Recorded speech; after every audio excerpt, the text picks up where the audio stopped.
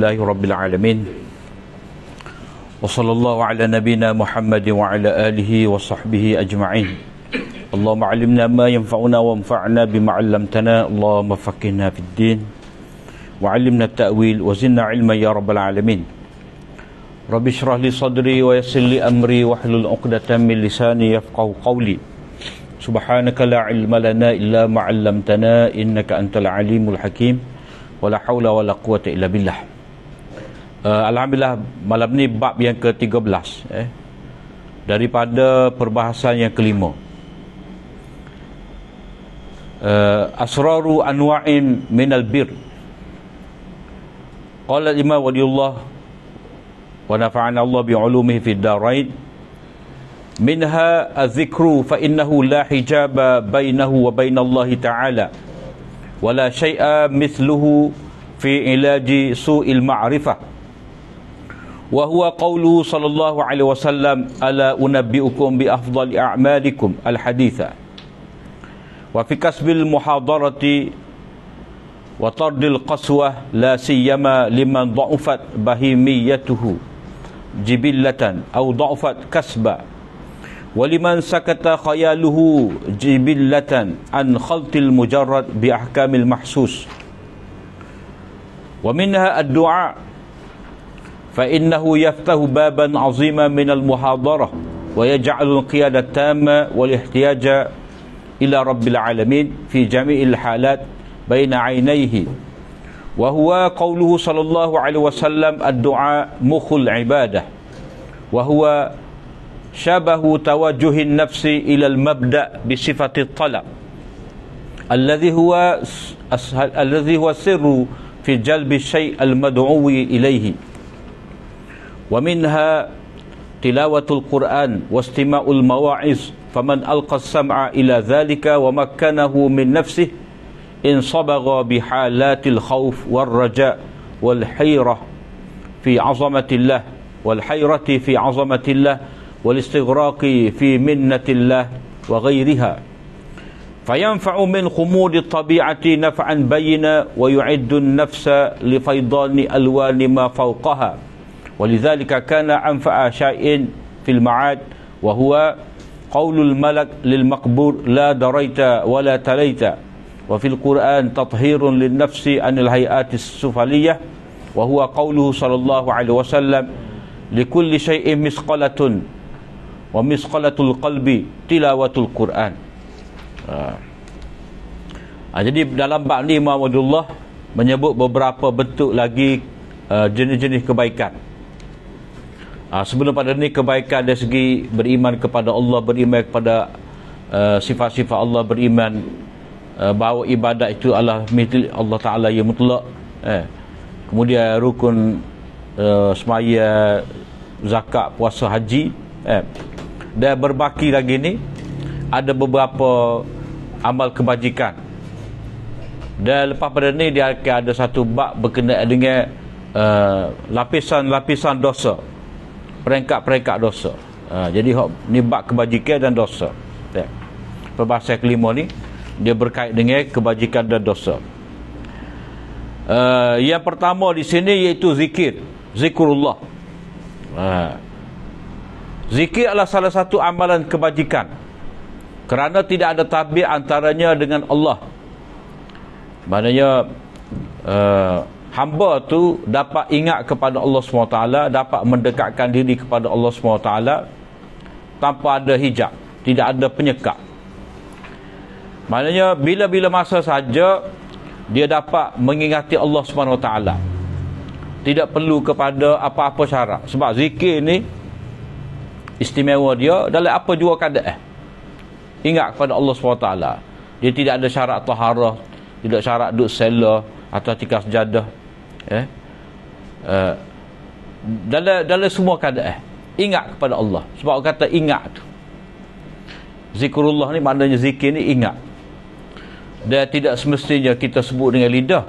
Sebab zikir ni, zikir yang paling penting ingat dengan hati. Tapi kalau dia bila wasabah tu, itu sekadar bila sekadar dia bila.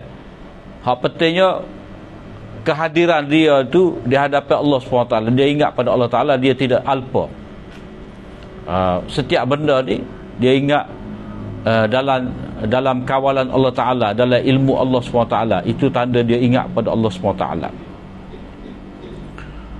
Nombor 310 tu, faedah pertama zikir ialah hamba menjadi dekat kepada Allah.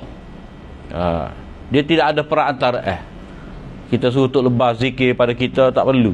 Kita sendiri boleh buat. Sebab ini paling mudah sekali. Amalan yang paling mudah sekali. Tidak perlu kepada perantaraan. Dan tidak ada yang sebanding dengannya untuk merawat makrifat tentang Allah. Maknanya ubat penawar yang paling berkesan sekali untuk memperbaiki makrifat seseorang tentang Allah SWT, tidak ada jalan lain melainkan dengan zikir. Iaitu nombor 311 tu, zikir dapat membaiki akidah yang salah dalam memahami sifat Allah. Yang ini salah tafsir tentang sifat Allah yang berlaku kepada manusia apabila hati mereka terhijab dengan jahil dan syubhat. Dia tidak, macam contoh, dia tidak semaya sebab dia leka dengan kehidupan dunia. Dia tidak tahu bahawa dunia ni hanya pinjaman yang Allah SWT berikan kepada dia sebagai ujian. Dia tidak sedar bahawa dia ada Tuhan yang mana dia wajib bersyukur, kerana Tuhan inilah yang memberikan nikmat pada dia. Mana dia jahil. Dia jahil tentang Allah Ta'ala. Dia rasa dunia dia lebih besar, pekerjaan dia lebih besar, harta benda dia lebih besar, maka dia lupa daripada ingat pada Allah SWT. Maka zikir itu adalah ubat yang paling mujarab sekali untuk memperbaiki akidah yang salah. Sebab itulah dalam zikir ni semua tentang tauhid kepada Allah Ta'ala. Subhanallah, Maha suci Allah, Alhamdulillah, segala puji bagi Allah, aku bersyukur pada Allah, Allahu Akbar, la ilaha illallah, subhanallah wa bihamdihi, subhanallahil azim. Jadi setiap zikir-zikir ni dia menyatakan sifat Allah, keagungan Allah, maha sempurna Allah Ta'ala, maha suci Allah SWT daripada kekurangan. Dia ada belakang tu. Subhanal malikil kudus, dah, maha suci Tuhan yang maha memiliki dan kudus. Mana dia sifat dia kudus ni, maha suci dia daripada maha suci Allah Ta'ala daripada sifat-sifat yang tidak layak dengan dia sebagai khalik, sebagai pencipta. Subuhun kudus Rabbul malaikati waruh. Jadi itu semua betul akidah belaka. Maha suci Allah Ta'ala, subuh ni maha suci Allah Ta'ala daripada ada sifat-sifat yang tidak layak dengan ketuhanan dia, uluhiyah dia. Kudus tu maha suci Allah SWT daripada dia tu mempunyai sifat-sifat yang tidak layak dengan dia tu sebagai khalik, dia sebagai pencipta, dia sebagai pentadbir. Jadi sebab itulah zikir tu dia bermanfaat seperti mana yang Nabi ajar, sebab Nabi menyebut pada kita sifat-sifat Allah dengan sempurna. Cuma ahli tasawuf ni dia ada zikir Allah. Zikir Allah. Zikir Allah ni,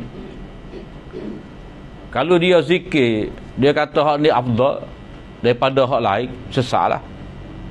Sebab pokoknya zikir sebutan bila Allah saja, dah, dia tidak warid, tidak terdapat dalam nas. Cuma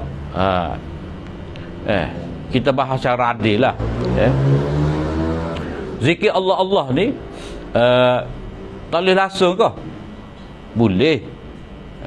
Cuma dia kena tahu sila, asal usul mengapa ahli tarikat dia buat zikir Allah tu. Dah. Jadi macam ulama di India ni, Maulana Ashraf Ali Tanwi. Maulana Ashraf Ali Tanwi ni dia kata zikir Allah ni dia sebenarnya satu peringkat sebelum orang tu menyediakan diri dia untuk zikir dengan zikir-zikir Nabi. Kata dia. Iaitu macam mana? Latihan kepada dia supaya dia tu bernafas Allah. Allah. Maknanya setiap detik tu Allah, Allah. Maknanya itu bukan matlamat lah. Bukan matlamat. Maknanya siapa dia bila sehari-hari beratus-ratus tu, beribu-ribu tu, itu tidak tepat dari segi maksud asal kepada sebutan zikir Allah, Allah tu. Dia sekadar persiapan sebelum orang itu berzikir dengan zikir-zikir Nabi. Itu kata dia lah, kita tak setuju suku. Mana dia sekadar nak supaya ada, mana terlatih gapo Allah, gapo Allah. Seolah-olah setiap kali kita nyawa Allah, Allah. Tak lupa. Jadi bila begitu, dia tidak boleh menyebabkan kita meninggalkan zikir-zikir Nabi yang lain. Jadi salah. Jadi dia sekadar alat lah untuk seketika, satu peringkat, bukan satu benda yang menjadi maksud matlamat. Tapi kalau orang tu dia zikir Allah, Allah ni bagi dia, maknanya setelah kita zikir dengan nama-nama Allah, dengan sifat-sifat Allah Ta'ala, kita jerit dipanggil. Buat segala sifat hanya kekal zat Allah Ta'ala saja. Itu pelik. Sebab bila kita ngaji akidah, kita belajar zat Allah Ta'ala ni, dia tak ada perbahasan tentang zat Allah Ta'ala tu dengan begitu detail. Adanya mensabitkan sifat-sifat dia, mensabitkan nama-nama dia. Jadi Allah Ta'ala itu zat dia tu memang wujud, tetapi kita nak tahu kesempurnaan dia, Allah Ta'ala beritahu sifat-sifat dia. Jadi dalam zikir-zikir yang diajar oleh Nabi ni, dia mengandungi mengisbatkan nama-nama Allah, sifat-sifat Allah, bukan zat sahaja. Jadi seolah-olah kalau kita hanya pegang dengan zikir Allah, Allah sahaja ni, kita ketepikan sifat-sifat. Sedangkan Allah Ta'ala memiliki segala sifat-sifat sempurna. Allah Ta'ala memiliki nama-nama yang indah, Al-Asma' Al-Husna. Tapi lebih jadi peliknya bila dia ada versi rekah daripada Allah tu hu saja. Hu saja. Jadi hu tu huwa lah. Huwa ni dia tidak khusus pada Allah. Huwa ni siapa-siapa boleh huwa. Huwa fil bait, dia di rumah. Ana fil bait, huwa fil maktab. Saya saya di rumah, dia di pejabat. Jadi itu panggil dhamir, pronoun. Jadi pronoun ni kata ganti nama. Kata ganti bila orang itu tak ada depan, kita tak usah sebut nama dia. Jadi pronoun ni ataupun dhamir ni, kita tak usah boleh sebut nama dia. Muhammad pergi ke kedai, Muhammad membeli roti, Muhammad balik ke rumah. Jadi kita kata Muhammad pergi ke kedai, dia membeli roti dan dia pulang ke rumah. Kita guna dia. Jadi kalau kita tak usah guna Allah, kita guna huwa saja, jadi seolah-olah kita rasa berat nak sebut Allah. Kita hanya sebut dia. Jadi dia ni kalau kira dia ni kata ganti nama dia ni, maknanya hak tak ada depan, di belakang kita ghaib. Pihak yang ketiga. Sedangkan bila kita zikir ni hudur, Imam Allah sebut di sini muhadarah. Bila kita zikir ni seolah-olah kita duduk depan Allah Ta'ala, hadir Allah Ta'ala depan kita hadir depan Allah Ta'ala. Kita dekat. Jadi apa kita nak tukar kepada dia? Allah lah. Jadi itu masalah zikir, zikir Allah, Allah.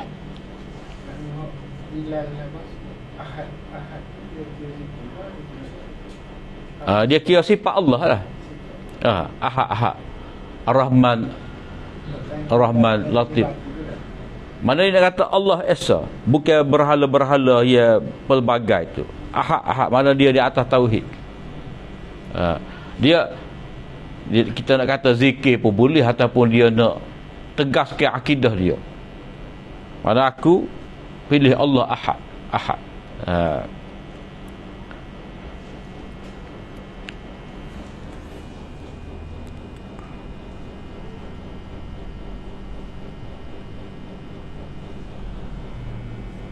Ini adalah sabdaan Rasulullah sallallahu alaihi wasallam, ala unabbiukum bi khairi a'malikum. Tidakkah mahu berapakah tu? Tidak mahukah? Tidak mahukah? Kah mula-mula tu buat. Tidak mahukah aku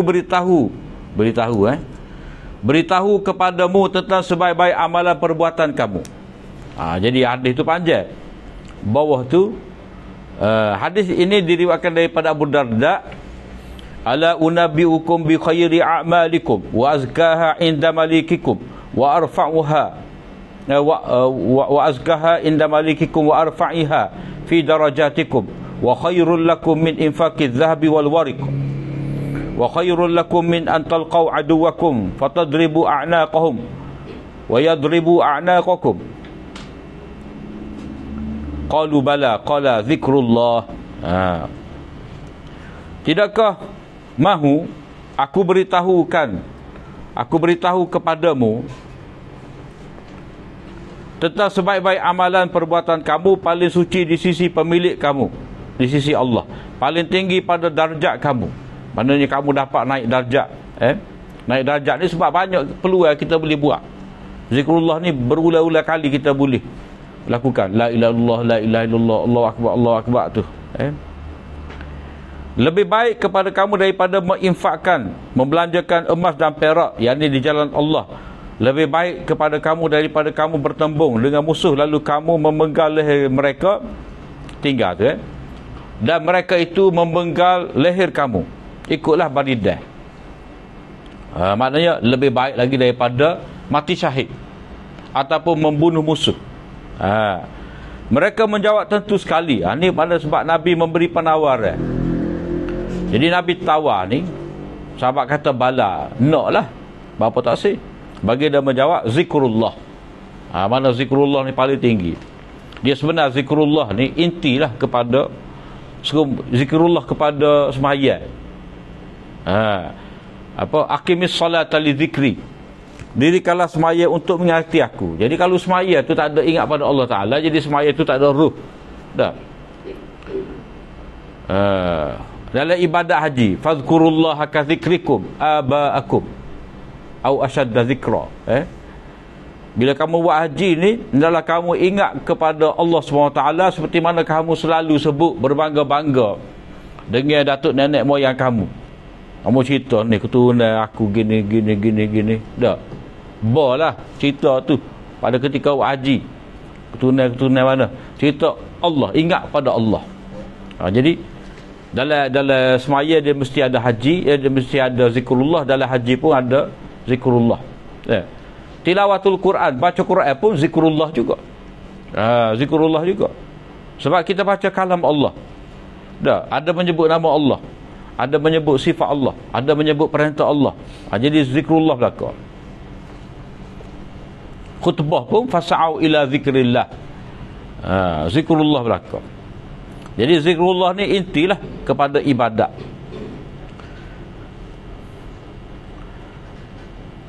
Tidak ada yang seperti ini. Ini faedah yang ketiga.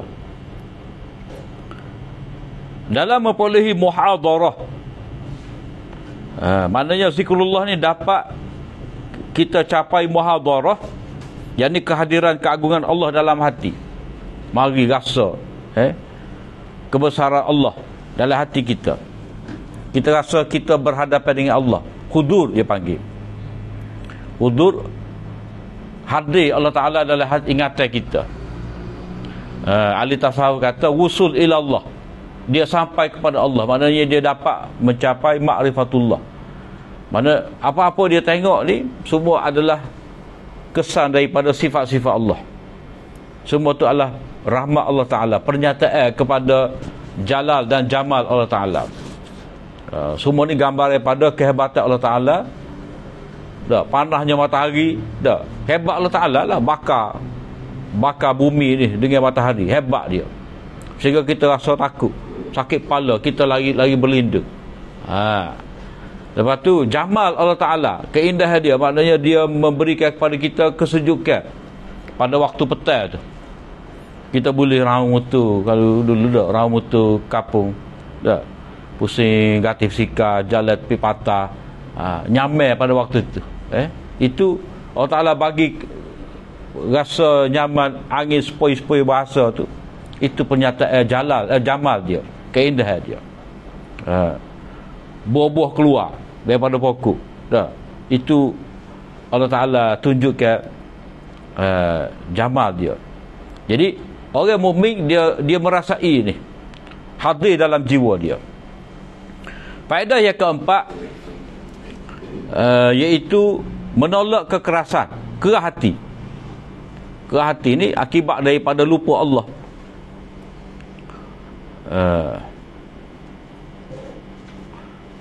Kerah hati maknanya malas beribadat pada Allah Ta'ala.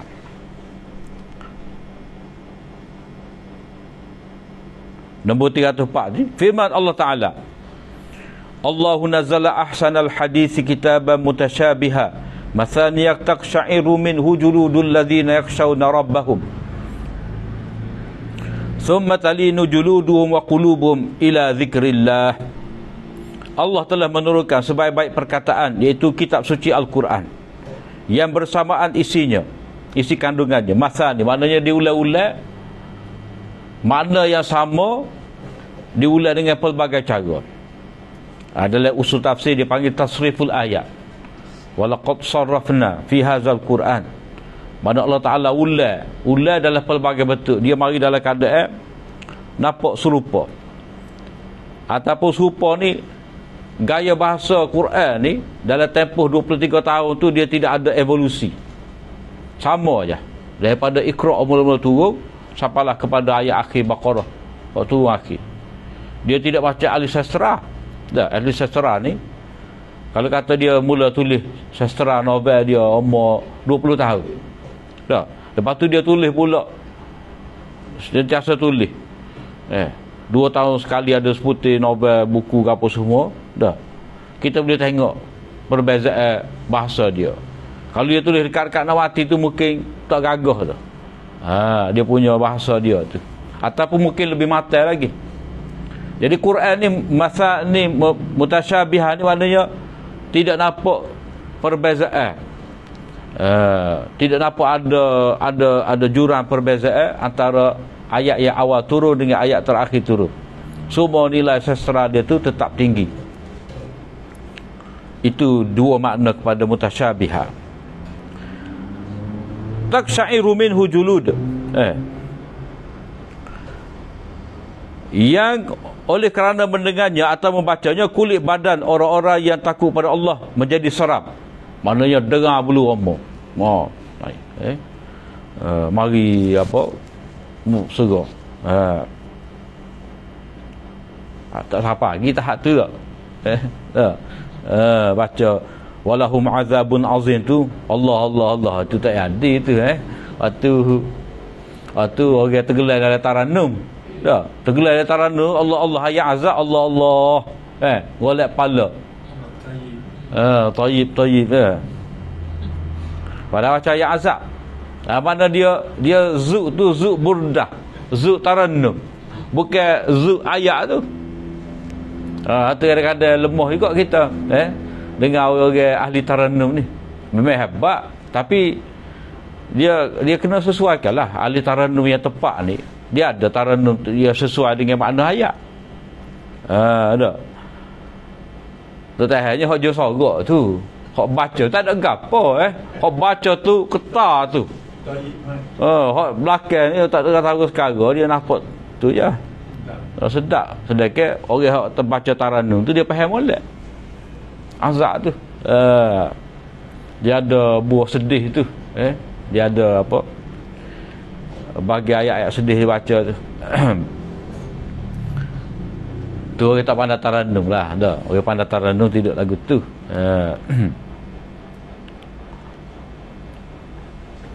Kemudian kulit badan mereka menjadi lembut, dan tenang hati mereka, tenteram, mereka menerima ajaran dan rahmat Allah.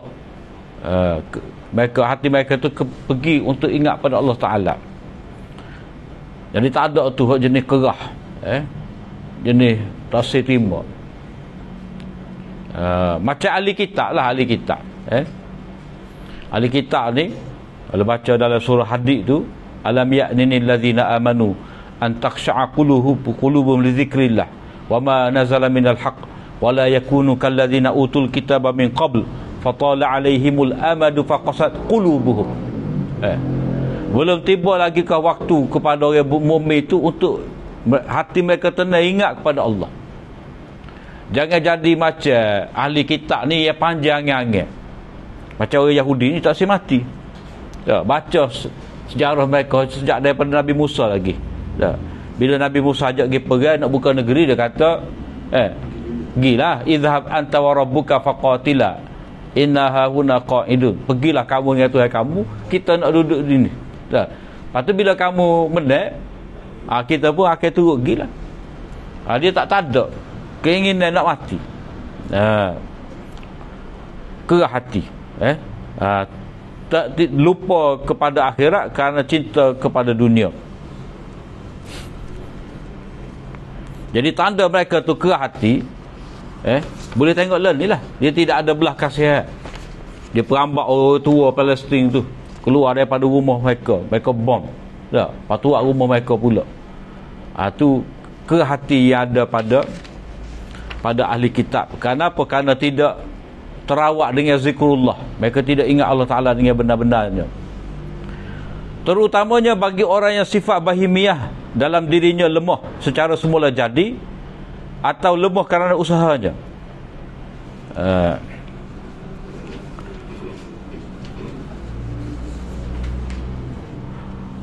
Lemah sifat bahimiyah dia ni, dia ada dua keadaan, iaitu secara semula jadi, secara fitrah, dan satu lagi secara dia sendiri.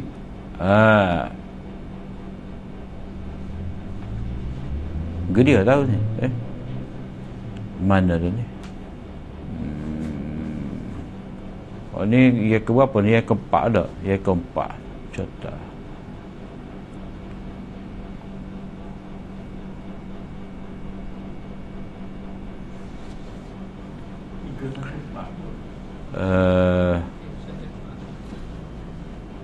Tu baca dah. Tak boleh nota tu hak ni. Orang yang sifat bahimiyah dalam dirinya tu lemah. Lemah cara semula jadi ni. Ke apa ni?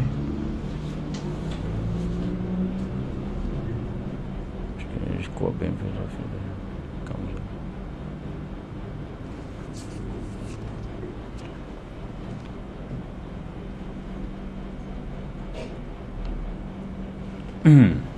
Macam contohlah, mungkin contoh ni betul ke tidak, mana orang yang tidak ada kekuatan untuk dia bekerja ke, beribadat ke, maka keadaan dia yang lemah tu, maknanya dia tak gagah dari segi fizikal dia tu, bahimiyah dia tu tak gagah nak puasa. Contoh tak gagah nak puasa, ataupun sifat dia tu dia kurang sihat, maka zikir tu adalah amalan yang amat bersesuaian dengan keadaan diri dia tu. Keadaan diri dia tu ia lemah.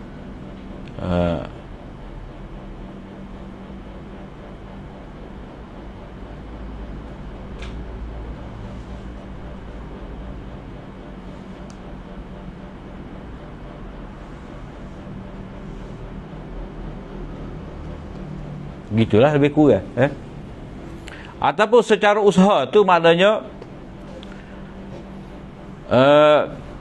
mana latihan dia. Latihan macam contoh dia buat latihan contoh mudahnya dia melatih diri dia semaya tahajud. Setiap malam baca 1 juzuk Quran. Tu latihan berat tu. Baca atau tengok surah. Maknanya dia kena buat persediaan pada waktu siang hari tu. Malam sebelum tidur tu dia ngulang dulu. Malam tu dia bangun, dalam keadaan ngantuk, mujahadah dia bangun, dia baca Quran dalam tahajud dia. Ataupun dia buat latihan puasa tiap-tiap Isnin Khamis. Latihan tu latihan yang berat, ataupun 2 hari sekali dia puasa. seri ataupun dua hari tak puasa, sehari puasa, ataupun dia puasa selas hari. Itu dipanggil riyadhah, latihan untuk menguatkan sifat malaikat dia tu, supaya sifat bahimiah dia tu jadi lemah. Maka amat perlu kepada dia tu buat latihan dengan cara zikrullah ni.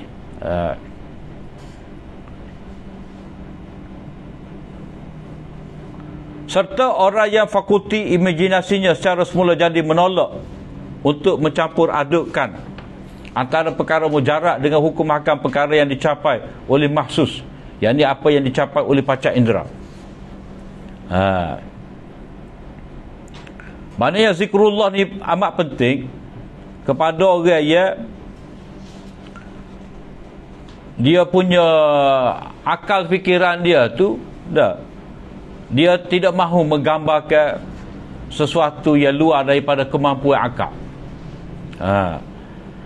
Maknanya manusia ni katalah dalam bab memahami sifat dan zat Allah Ta'ala, macam-macam dia bayangkan Allah Ta'ala ni.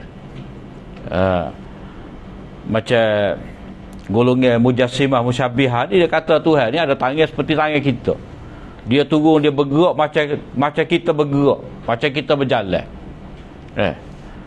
melihat seperti mana kita melihat, mendengar seperti mana kita mendengar. Tu panggil golongan musyabihah.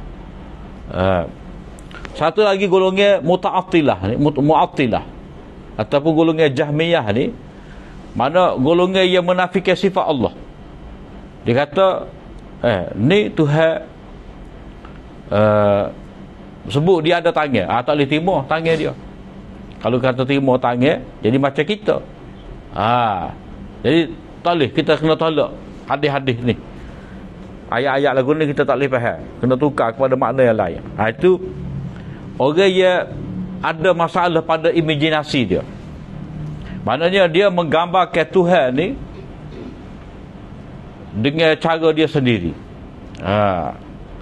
Sedangkan akal manusia ni tidak mampu untuk membayangkan tentang Allah Ta'ala. Sebab itulah dia ada riwayat, tafakkaru fi khalqillah wala tafakkaru fi zatillah.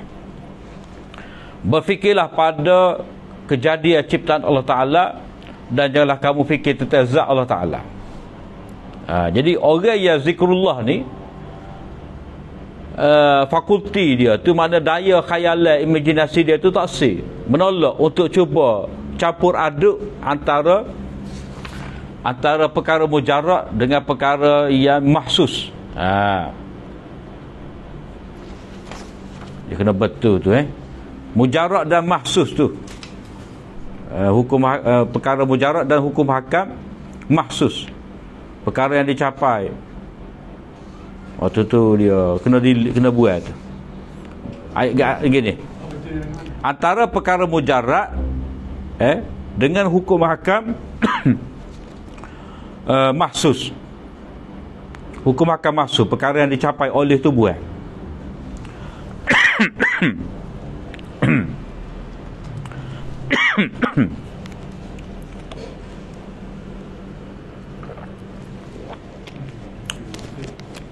Antara perkara mujarrad dengan hukum hakam mahsus, yakni apa yang dicapai oleh panca indera.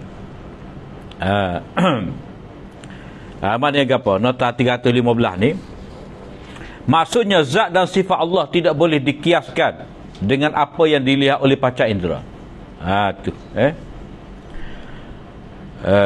Jadi waliullah ni, dia kata mujarrad tu merujuk pada Allah lah.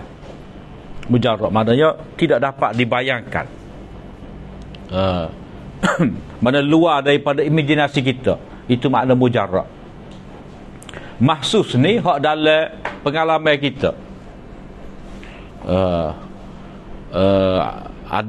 Ada benda warna merah, warna hijau, ada benda lembu, ada benda yang bergerak dia lagu ni, berjalan dia lagu tu.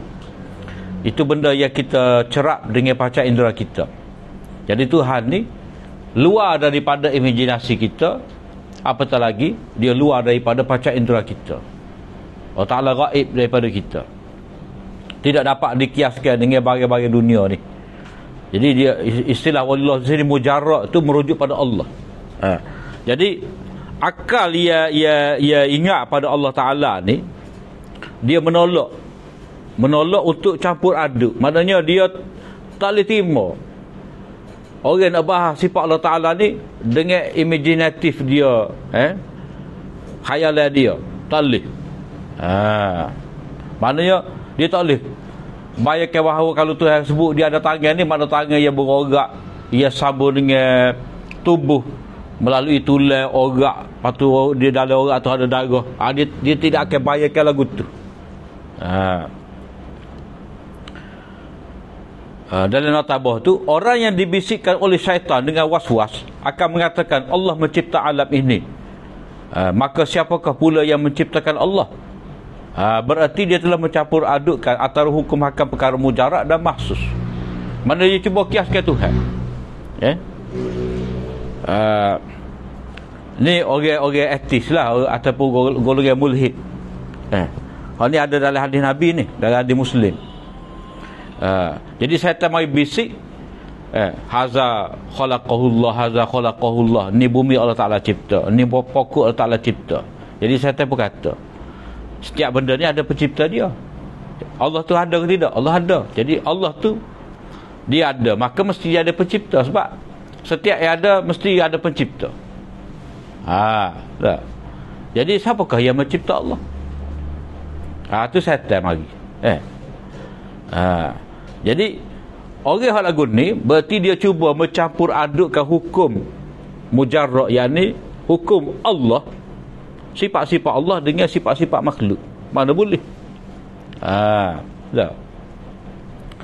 Sebab apa? Sebab kalau duk fikir benda ni Allah Ta'ala cipta, dan Allah Ta'ala tu siapa dia yang menciptanya, dia akan jadi, dia panggil infinity, tasalsul, tidak berkesudahan. Jadi kalau kita terima Tuhan ni dicipta oleh satu Tuhan lain, Tuhan lain ni pun mesti ada pencipta juga. Tuhan tu pun mesti ada pencipta. Jadi tak jadi Tuhan lah tu. Sebab yang dianggap sebagai Tuhan, ma'bud, yang disembah, ia ada kekuasaan, mana boleh dia diciptakan oleh orang lain. Ada satu juk lah orang putih buat kan, ni roti dah, break by baker dah, who bake the baker pula. Ni roti dibakar oleh tukang roti. Lepas tu tukang roti ni siapa dia bakar dia? Jadi kita kata apa perlu tukang roti perlu dibakar?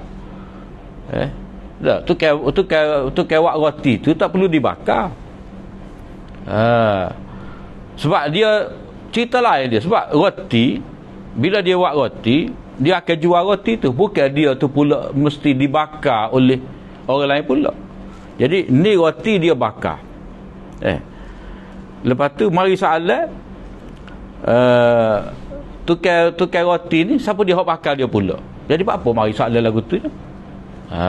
Jadi kalau kita kata sepatutnya ni langit Allah Ta'ala cipta, ni manusia yang Allah Ta'ala cipta, ni pokok yang Allah Ta'ala cipta, maka sebab apa Allah Ta'ala cipta? Soalan tu baru betul. Ni tanya Allah Ta'ala tu pula siapa cipta? Jadi tak kena lah. Sebab Allah Ta'ala tidak boleh dikiaskan.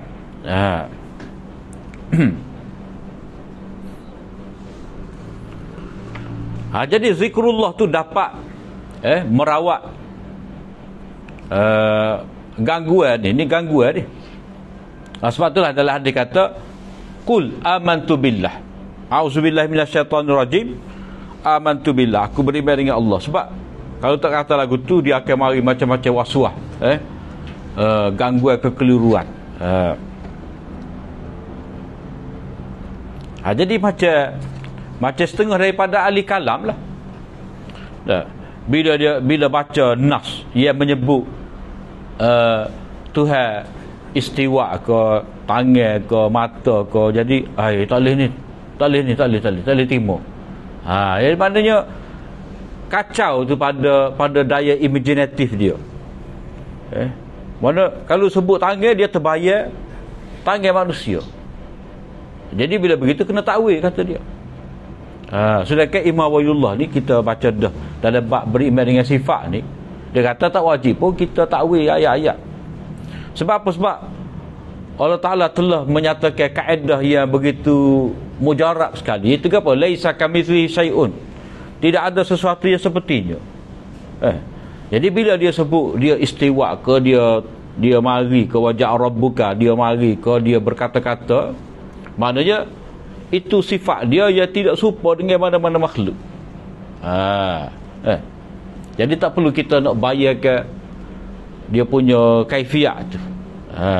Lagu mana arah dia tu, lagu mana rupa arah dia, sebab itu luar daripada pengalaman kita. Kita dah Allah Ta'ala kita tak pernah tengok arah dia tu pun. Lepas tu langit kita lenggak ni, langit mana tahu, sebab langit ada 7. Arah tu atas lagi ni, kita ni kecil ni. Ibarat kita kata seekor semut dah, orang tok dia di mana, seolah-olah seekor semut tu masuk dalam hutan, dia dibawa daripada satu tempat tok dalam hutan. Dua je duk lenggak atas, tengok tak tahu mana lagi, mana kerdilnya kita.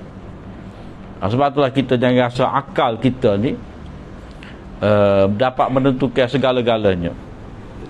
Sebab itulah dia tidak kena bergantung kepada nas. Sebab benda ni luar daripada imajinasi manusia. Satu lagi amal kebajikan ialah doa permohonan. Kerana ia membuka pintu besar kepada muhadarah, kehadiran Allah. Maknanya kita doa berarti kita tahu mana tempat kita nak minta.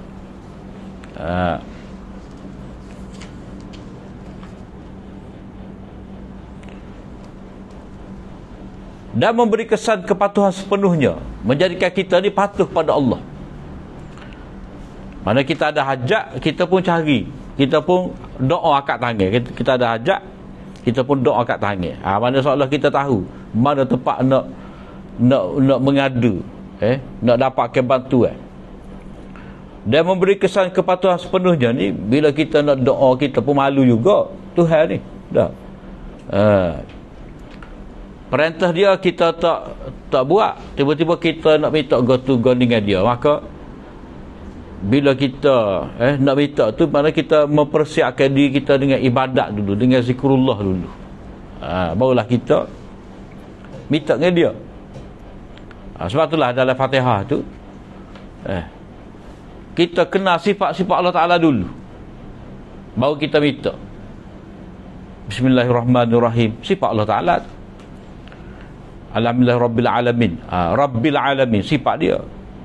Ar-Rahmanir-Rahim, Maliki Yaumiddin. Barulah kita kata ihdinas siratal mustaqim. Iyyaka na'budu tu maknanya perjanjian kita, pengakuan kita. Pengakuan kita, mana aku janji nak jadi taat kepada kamu. Kemudian barulah kita terasa nak malu minta dengan dia, sebab kita telah puji dia dan kita berjanji untuk patuh pada dia. Jadi doa tu dapat memastikan kita ni jadi taat patuh pada dia. Dan pergantungan kepada Allah SWT, Tuhan SWT, dalam semua situasi yang dihadapi oleh seseorang. Mana gapo-gapo dia minta dengan Allah Ta'ala, dia ingat pada Allah Ta'ala, dia minta pada Allah SWT dalam semua keadaan. Sebab itulah Nabi ajar, mintalah kepada Allah SWT walaupun kamu nak seutah tali kasut yang putus. Bukan nanti benda-benda besar baru minta Allah Ta'ala.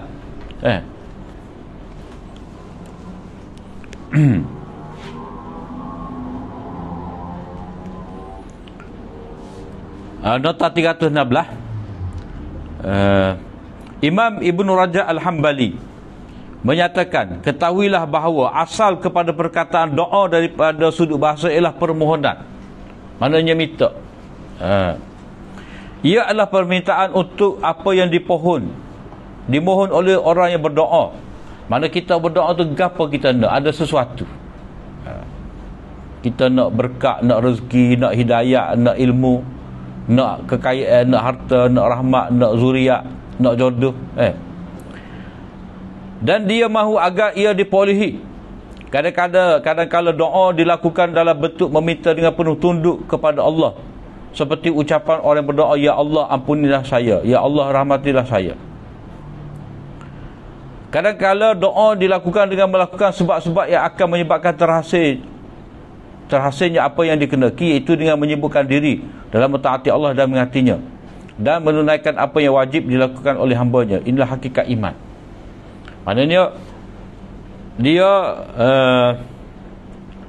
doa dia tu bersama dengan ibadat, ataupun kita kata doa dalam bentuk nazar lah. Doa dalam bentuk nazar, dia minta dengan Allah Ta'ala, kemudian dia ikuti dengan amal. Mudah-mudahan doa dia tu diterima oleh Allah Ta'ala kerana dia minta dengan ada kesungguhan yang disertakan dengan ibadat. Inilah sabdaan Rasulullah sallallahu alaihi wasallam, ad-du'a mukhul ibadah. Doa adalah otak ibadat. Doa otak ibadat ni, otak tu maknanya intipati dan teras kepada ibadah, yakni ketundukan dan pengharapan kepada kunat Allah. Kadang-kadang dia terjemah mukhul ibadah ni makna sum-sum. Maknanya dalal tu.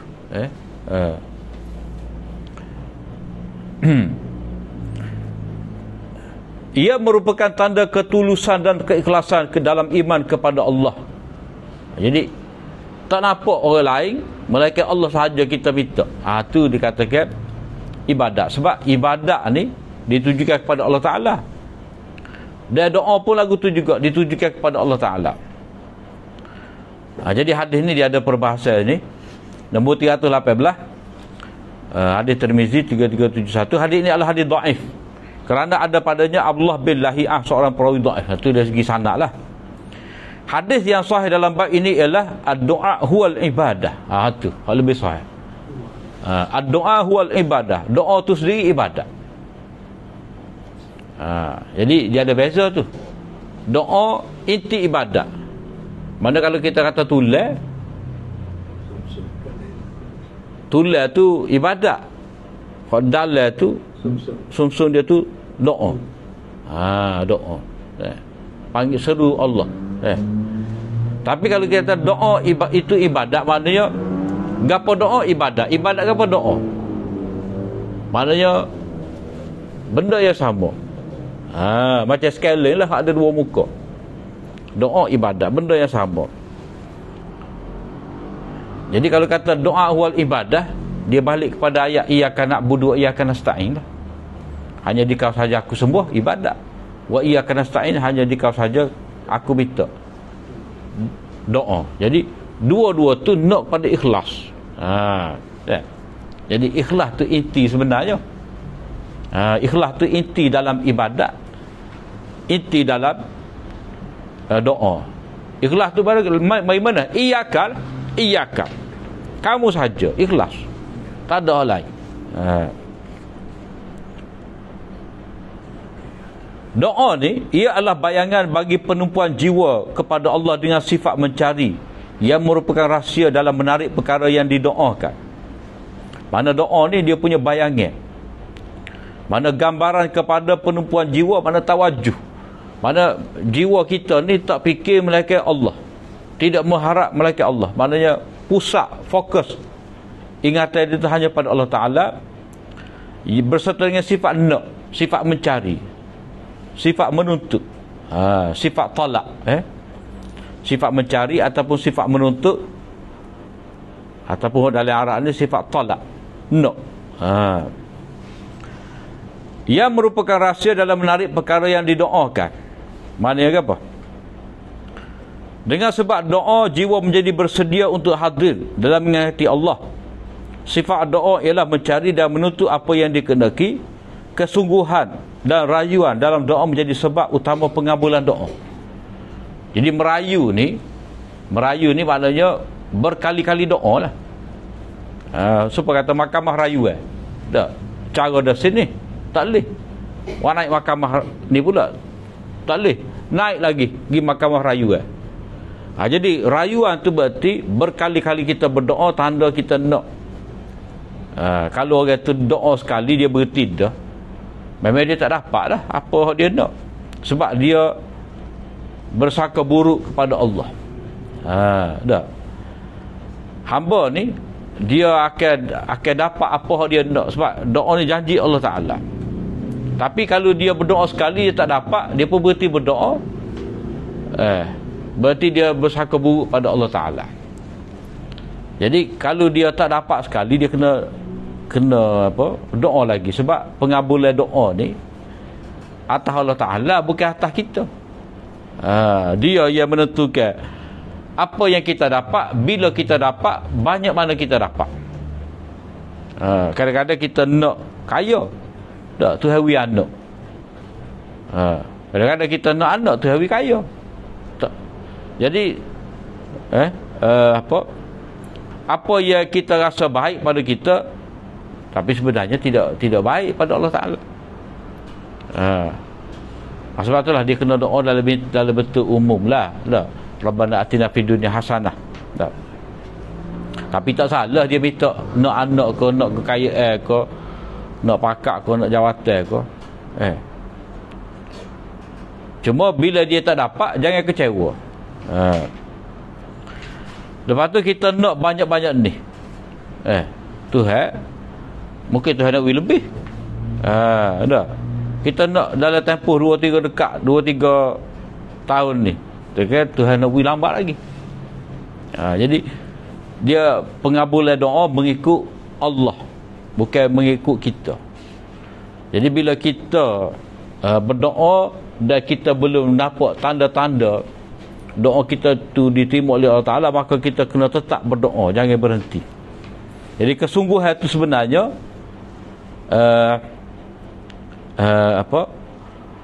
tanda Allah Ta'ala nak terima doa. Jadi orang tu tak boleh kata doa-doa pun tak dapat. Dia tak faham. Doa tu ibadat. Maknanya walaupun dia minta dia tak dapat, tetapi selama ni sebenarnya dia beribadat pada Allah Ta'ala dengan doa. Dia menyeru Allah Ta'ala. Sebab itulah doa wal ibadah. Maknanya dapat ke tidak dapat apa yang dia doa, berarti dia telah beribadat pada Allah Ta'ala. Macam kata orang tu dia zikir tapi jenera macam pergi sebeh, jenera macam semaya tak kosong, lupa macam rakaat. Jadi dia kata ingat Allah Ta'ala macam mana, tetapi tetap dia beribadat. Dia semaya tapi buat maksiat, tak boleh kita kata tak ada guna semaya aku tu. Walaupun dia masih lagi buat maksiat, tapi setidak-tidaknya dia dalam keadaan beribadat, dia buat ibadat. Cuma saya tendaknya kalau gitu baik tak sah maya. Tak ada mana kamu semaya dan kamu curi. Tak boleh tu. Dia lebih jahat lagi kalau dia curi tak semaya. Tak, lebih baik dia semaya dia curi. Bukan sesuatu dia curi dah. Nak jadi dia semaya saja tak curi lambat. Tapi biarkanlah dia semaya walaupun dia mencuri. Mana proses tu. Jadi saya tendaknya supaya kita berhenti berdoa, berhenti daripada beribadat. Saya tendak suruh kita ni berhenti daripada bertaubat, beristighfar.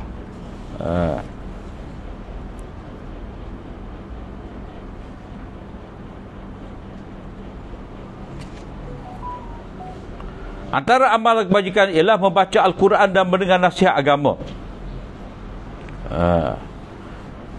Dia sebenarnya membaca Quran dengan mendengar nasihat agama ni dia benda yang sama. Sebab dalam Quran itu nasihat. Maknanya baca Quran, dalam Quran itu ada nasihat. Apa Imam Allah nak di sini? Yang ni orang yang membaca Al-Quran akan memperoleh pelajaran dan nasihat daripadanya. Maknanya bila kita baca Quran, berarti kita dapat, bila kita faham, berarti kita dapat pelajaran, dapat nasihat daripada Al-Quran. Orang yang membacanya tetapi tidak dapat memahaminya, maka dia akan memperoleh manfaat dengan cara nasihat yang disampaikan kepadanya. Mana dia baca Quran tak faham, Dah. Maka dia boleh dapat nasihat Quran tadi melalui orang yang menyampaikan kepadanya. Ringkasnya di sini, nasihat dan hidayah Al-Quran diperoleh melalui dua cara. Kita sendiri baca, kita boleh manfaat faedah pengajaran Al-Quran, dan cara yang kedua melalui perantara orang yang memahaminya. Itu penting kita ngaji tu.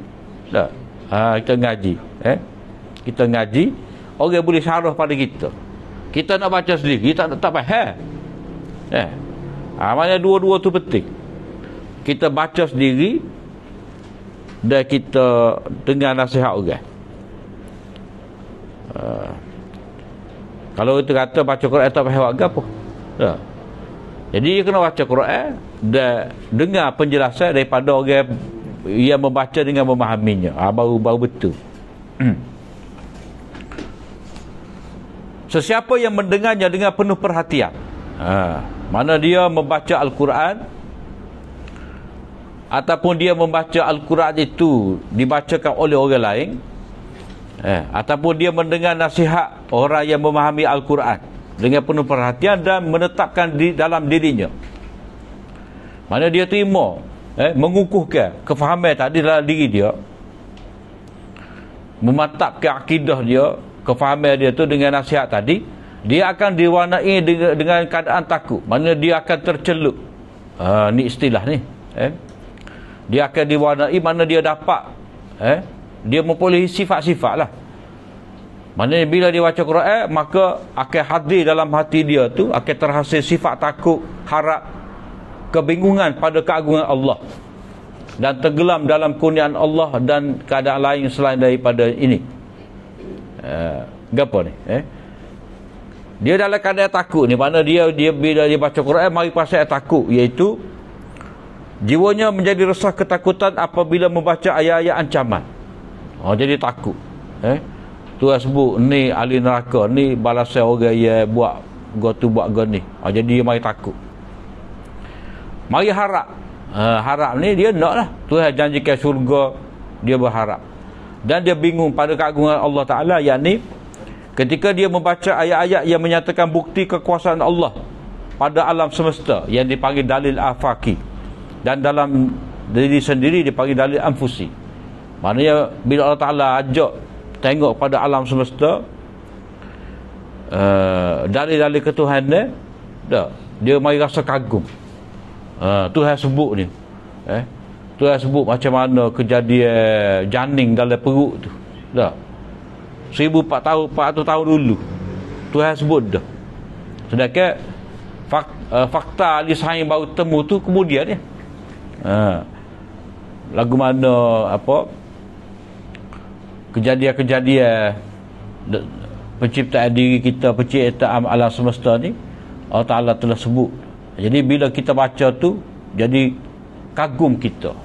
Allah Ta'ala yang Maha Kuasa saja yang dapat buat ni. Tenggelam dalam kurniaan Allah, maknanya dia bila dibacakan ayat tazkir bi'ala illah tu, nikmat-nikmat Allah Ta'ala. Jadi dia pun ramai rasa bersyukur. Lalu dia jadi rasa bersyukur sebab Tuhan menyebut ni, Tuhan menyatakan nikmat dia. Tuhan menyatakan nikmat dia. Nikmat ke apa? Nikmat kita ada makanan, ada kenderaan, dah. Lepas tu emas permata, kita boleh buat perhiasan kita. Jadi kita mari rasa bersyukur pada Allah Ta'ala. Ia amat berfaedah untuk memulihkan sifat tabi'i yang terpadam, iaitu sifat lesu, malas untuk beribadat ni, dan untuk menyediakan jiwa untuk menerima limpahan dan pancaran warna apa yang ada di atasnya. Maknanya baca Quran ni akan membuka kepada kita banyak ilmu-ilmu, banyak ilham yang baik. Tuhan nak bagi kefahaman, ilmu. Sebab itulah Quran ni orang kaji semua, orang tulis tafsir semua, berjilid-jilid. Kadang tafsir Qul Allah tu sejilid, Qul Allah saja, Fatihah saja sejilid. Ada seorang ulama lain itu nama gapo tu, Abdul Majid gapo Salam. Dia tafsir surah Al-A'raf tu jilid baru ni ayat. Tu tahulah. Baqarah 3 jilid, An-Nisa 3 jilid, Fatihah jilid. Baik. Kata apa? Butikanlah. Butikanlah poin-poin dia tu. Jadi banyak ilmu yang Allah Ta'ala berikan kepada orang yang terlibat dengan Al-Quran ni. Oleh itu, ini adalah perkara yang paling berfaedah di akhirat. Baca Quran ni dia memberikan pahala lah kepada kita, mendorongnya untuk mengingati kematian dan membuat persediaan untuknya. Maknanya baca Quran itu cerita akhirat, jadi kita takut kepada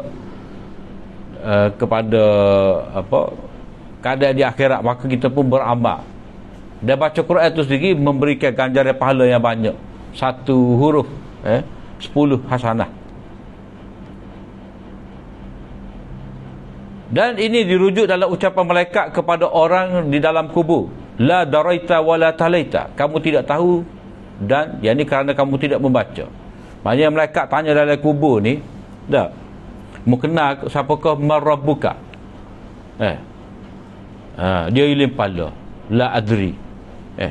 Mereka kata la daraita wala talaita, buat kamu tak tahu, tak mikir dan kamu tak baca. Tak baca Quran lah. Imam Allah kata mana dah? Kalau orang tu dalam hadis Bukhari, dah. Kalau orang tu, orang yang mati tu orang kafir ataupun munafik, mereka akan tanya, apakah yang kamu kata tentang orang ni? Mana Nabi? La adri. Dah. Mereka kata la daraita wala talaita, mu tak tahu kau sekarang ni. Maknanya Nabi ni mari baca Quran. Dah. Orang beriman dia boleh jawab. Ni Rasulullah. Ma rabbuka? Rabbi Allah. Ma dinuka? Islam. Dia dapat jawab. Jadi orang tak dapat jawab ni kerana dia tak baca buku tu. Sebab nak jawab kena baca buku. Dah. Jawab periksa kan? Yang periksa atas dunia ni kena baca buku sukatan tu, buku teks tu. Jadi kita duduk atas dunia ni, buku teks tu yang bagi dah. Quran sebutir tu buku teks kita kena baca. Baca tu barulah boleh jawab soalan muka nakir. Melalui Al-Quran jiwa dapat disucikan dari keadaan yang rendah. Dari keadaan yang rendah ni maknanya dikuasai oleh syahwat lah. Keadaan yang rendah. Dan ini adalah sabda Rasulullah sallallahu alaihi wasallam, likulli syai'in misqalah, bagi setiap sesuatu ada penggilap, dan penggilap hati adalah bacaan Al-Quran.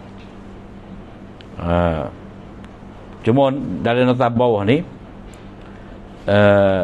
riwayat Baihaqi dalam Da'wah Al-Kabir dengan lafaz inna likulli syai'in siqalatan wa inna siqalatal qulub zikrullahi azza wa jalla.